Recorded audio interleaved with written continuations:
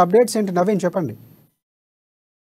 Thank you Rajasekhar. ఏదైతే అధికార BRS పార్టీకి అదే విధంగా పొంగులేటి శ్రీనివాస్ రెడ్డి వర్గానికి అయితే ఉమ్మడి ఖమ్మం జిల్లాలో పచ్చగడ్డి వేస్తే బగ్గుమంటుందని కూడా చెప్పొచ్చు. ముఖ్యంగా మనం చూసుకుంటే ఏదైతే మొన్న ఆదివారం ఏదైతే పొంగులేటి శ్రీనివాస్ రెడ్డి ఏర్పాటు చేసినటువంటి ఆత్మీయ సమయంలో శ్రీనివాస్ రెడ్డి ఈ యొక్క పువ్వాడ అజయ్ కుమార్ టార్గెట్ చేసుకుంటూ మాట్లాడినటువంటి మాటలు అయితే ఒక దుమారం లేపైనా చూడొచ్చు. ముఖ్యంగా మనం చూసుకుంటే పొంగులేటి ఇదైతే ఖమ్మం జిల్లాలో ఏదైతే ఈ యొక్క ఖమ్మంలో ముఖ్యంగా ఖమ్మం నియోజకవర్గంలో ఈ యొక్క మంత్రి పువ్వాడ అజయ్ కుమార్ ఆయన అదే విధంగా ఆయన అనుచరులు కూడా అనేక అక్రమాలకు పాల్పడుతున్నట్లు, అదే విధంగా ఖమ్మం నియోజకవర్గంలో ఈ యొక్క అదే విధంగా అన్ని ఫ్లాట్లు అంటే ఈ యొక్క రియల్ ఎస్టేట్ పరంగా కూడా ఆక్రమణలకు పాల్పడుతున్నట్లుగా అయితే పొంగులేటి శ్రీనివాస్ రెడ్డి పువ్వాడ అజయ్ కుమార్ ను ఉద్దేశించి మాట్లాడినట్టుగా మనం చూడొచ్చు. అదే విధంగా ఈ యొక్క ఖమ్మం నియోజకవర్గంలో ఒక బచ్చాని నిల్చోబెట్టి ఈ యొక్క పువ్వాడ అజయ్ కుమార్ పై గెలిపించుకునే సత్తా ఉన్నట్లుగా కూడా పొంగులేటి వ్యాఖ్యల్ని చూసి మనం చూడొచ్చు. అయితే అదే విధంగా ఈ యొక్క పొంగులేటి శ్రీనివాస్ రెడ్డి మాట్లాడిన మాటలకైతే జిల్లా మంత్రి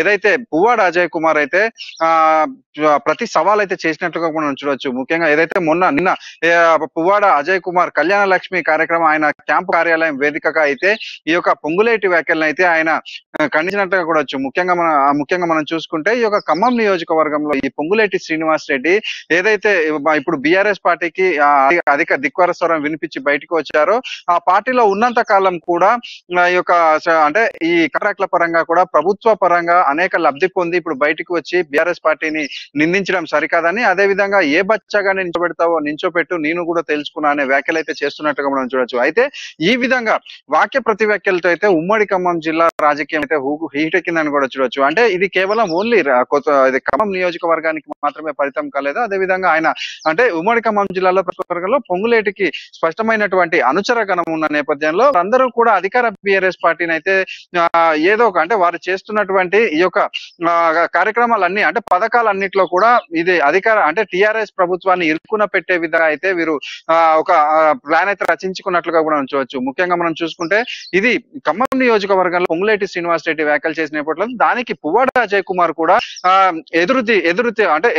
ప్రతి సవాల్ చేస్తూ ప్రతి మాటలతో అయితే అక్కడ రాజకీయాల వేడికి అదే విధంగా ఇటు పొంగులేటి అనుచర వర్గము అదే విధంగా పువ్వాడ అనుచర వర్గము ఒకరికి అంటే ఇటు పువ్వాడ అజయ్ కుమార్ అనుచరులు వచ్చేసేమో పొంగులేటి మీద నిందలు వేస్తుంటే ఇటు పొంగులేటి అనుచరులు వచ్చేసి పువ్వాడ అజయ్ కుమార్ మీద ఏదో ఒకటి అంటే ఈ విధంగా ప్రెస్ మీట్లు పెట్టి మరి వారి యొక్క అంటే వీరి మీద అంటే ఒక నాయకుల మీద చేస్తున్నటువంటి మాటల యుద్ధాన్ని అయితే వీరు తిప్పికొట్టే ప్రయత్నం చేస్తున్నారని కూడా చూడొచ్చు. ముఖ్యంగా మనం చూసుకుంటే ఈ విధంగా అంటే బీఆర్ఎస్ పార్టీకి పొంగులేటి శ్రీనివాస్ రెడ్డి వర్గానికి అయితే ఒక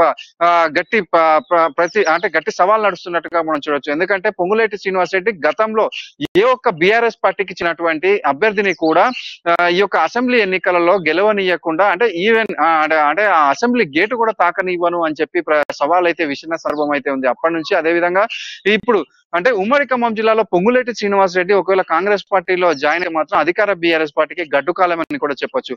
దీని అంతటిని కూడా అధికార బీఆర్ఎస్ పార్టీ వారైతే మింగుడుపడని విషయంగా కూడా చూడొచ్చు. ఈ నేపథ్యంలో మొన్న ఆత్మీయ సమ్మెలో పొంగులేటి శ్రీనివాస్ రెడ్డి ఈ యొక్క మంత్రి పువ్వాడ అజయ్ కుమార్ పై డైరెక్ట్ అటాక్ చేయడంతో ఈ యొక్క పువ్వాడ అజయ్ కుమార్ కూడా మొన్న జరిగినటువంటి ఈ యొక్క కళ్యాణ లక్ష్మి కార్యక్రమంలో అధికార కార్యక్రమంలో ఈ యొక్క పొంగులేటి శ్రీనివాస్ రెడ్డిని అయితే ప్రతి సవాల్కి దిగినట్లుగా కూడా చూడొచ్చు రాజశేఖర్.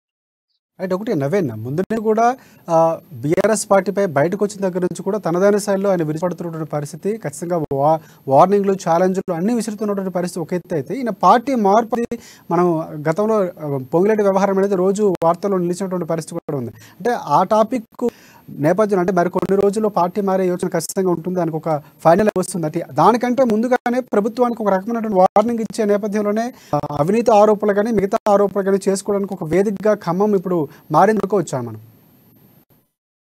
ఖచ్చితంగా రాజశేఖర్, ఎందుకంటే పొంగులేటి శ్రీనివాస్ రెడ్డి గత కొన్ని రోజుల నుంచి నిన్న పువ్వాడ కుమార్ కూడా మాట్లాడుతూ శ్రీనివాస్ రెడ్డి ఆ పార్టీలో జాయిన్ అవుతారు ఈ పార్టీలో జాయిన్ అవుతారు అంటే కళ్ళబుల్లి కబుర్లు చెప్తున్నారు, కానీ చివరికి ఆయన జాయిన్ అయ్యేది కాంగ్రెస్ పార్టీలోనే అని మంత్రి పువ్వాడ అజయ్ కుమార్ స్పష్టంగా వెల్లడించిన పరిస్థితి కూడా ఉంది. ఎందుకు అంటే కాంగ్రెస్ పార్టీలో ఈ యొక్క పొంగులేటి శ్రీనివాస్ రెడ్డి జాయిన్ అవుతారని చెప్పి ఉమ్మడి జిల్లా ప్రజలకు కావచ్చు, అభిమానులకు కావచ్చు, అదే విధంగా అనేక అంటే ఆ అధికార బీఆర్ఎస్ పార్టీ నేతలు కూడా ఫిక్స్ అయిపోయిన పరిస్థితి అయితే ఉంది. ఈ నేపథ్యంలో పొంగులేటి శ్రీనివాస్ రెడ్డి కనుక కాంగ్రెస్ లో జాయిన్ అవుతే అధికార బీఆర్ఎస్ పార్టీకి అయితే సవాలే. ఎందుకంటే కాంగ్రెస్ పార్టీకి అనేక జనబలం ఉన్నటువంటి ఉమ్మడి ఖమ్మం జిల్లాలో పొంగులేటి లాంటి నాయకుడు కాంగ్రెస్ పార్టీకి అంటే జత కూరినట్లయితే మాత్రం పొంగులేటి శ్రీనివాస్ రెడ్డి అదే విధంగా కాంగ్రెస్ విజయం సాధించడం అయితే తథ్యమని కూడా జిల్లా ప్రజలు అనుకుంటున్నారు. ఈ నేపథ్యంలో అంటే ఈ శ్రీనివాస్ రెడ్డి కావచ్చు, శ్రీనివాస్ రెడ్డి అనుచరగణం వీరందరూ కూడా ఒకటే ఎజెండా తోటి ముందుకైతే వెళ్తున్నట్లుగా కూడా మనం చూడొచ్చు. ఎందుకంటే అధికార బీఆర్ఎస్ పార్టీ చేస్తున్నటువంటి పథకాలు కావచ్చు, ప్రజలలోకి ఏదైతే అంటే ఇప్పుడు అనేక పథకాలు కూడా అడ్డదారులు తొక్కుతున్న పరిస్థితి అయితే ఈ యొక్క అంటే ప్రభుత్వం తీసుకొచ్చినటువంటి అనేక పథకాలు కూడా అడ్డదారులతో అయితే వెళ్తున్న పరిస్థితి కూడా చూడొచ్చు. దాన్ని టార్గెట్ చేసుకొని ప్రజల్లోకి తీసుకువెళ్లి ఈ యొక్క అంటే ఏ ఒక్క ఎమ్మెల్యేని గెలవనీయకూడదు అనేసి ఒక ఎజెండా తోటి అయితే పొంగులేటి శ్రీనివాస్ రెడ్డి వర్గం అయితే ముందడుగు వేస్తున్నట్లుగా కూడా చూడొచ్చు. ఈ పరిస్థితులలో వీరందరూ అంటే ఇటు అధికార బీఆర్ఎస్ పార్టీ ఎమ్మెల్యేలకు అయితే ఇది మింగుడు పని విషయంగా. ఎందుకంటే ప్రతి నియోజకవర్గంలో కూడా ఈ యొక్క అధికార బీఆర్ఎస్ పార్టీకి అంటే మన ప్రభుత్వానికి సంబంధించింది ఏ పథకము కూడా సవ్యంగా నడుస్తున్న పరిస్థితి అయితే లేదు. ఇప్పుడు మనం దళిత బంధు తీసుకోవచ్చు. అదే విధంగా అనేక కార్యక్రమాలు కూడా శాసనసభ్యుల చేతులలో, అదే విధంగా వారి అనుచరగణం ముఖ్యంగా మనం చూసుకుంటే ఈ పేదలకైతే ఈ కార్యక్రమం ఏది కూడా అందే విధంగా లేదు. దీన్ని టార్గెట్ చేసుకునే పొంగులేటి శ్రీనివాస్ రెడ్డి ఉమ్మడి జిల్లాలలో అయితే తన రాజకీయంగా ముందుకు వెళ్తారని కూడా తెలుస్తుంది.